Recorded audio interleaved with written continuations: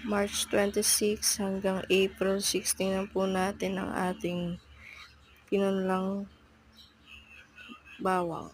Kung ano po ang naging improve niya. At ayan na nga po, tingnan po natin. Meron na po siyang onting tubo.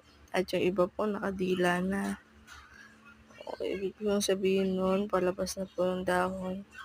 Matik na po yung green na yun na mabubuhay. At maganda din po yung naging tubo ng iba. Ayan po, ganda na po yan.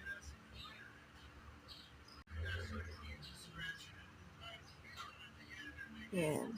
Tingnan po natin yung paikot at yung mismong ugat po niya.